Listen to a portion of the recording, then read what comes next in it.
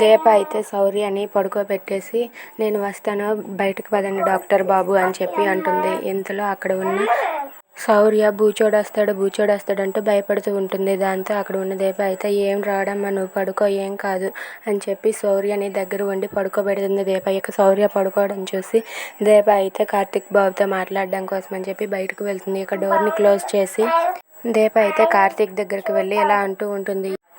ఏంటి కార్తిక్ బాబు, శౌర్య బూచోడు అంటుంది. ఏంటి, ఏమైంది, నాకు చెప్పండి అని చెప్పి అడుగుతూ ఉంటుంది. ఇక కార్తిక్ దీపతో మాట్లాడడం అదంతా కూడా జోష్న అయితే ఆ బయట కారు నుండి అలా చూస్తూ ఉంటుంది. ఏంటి, దీప ఇంటికి వెళ్ళి దీపను కలిసి రోజు దీపతో మాట్లాడి వస్తున్నావా బావా, చెప్తాను ఉండు నీ పని అని చెప్పి జోత్స్న అయితే అనుకుంటూ ఉంటుంది.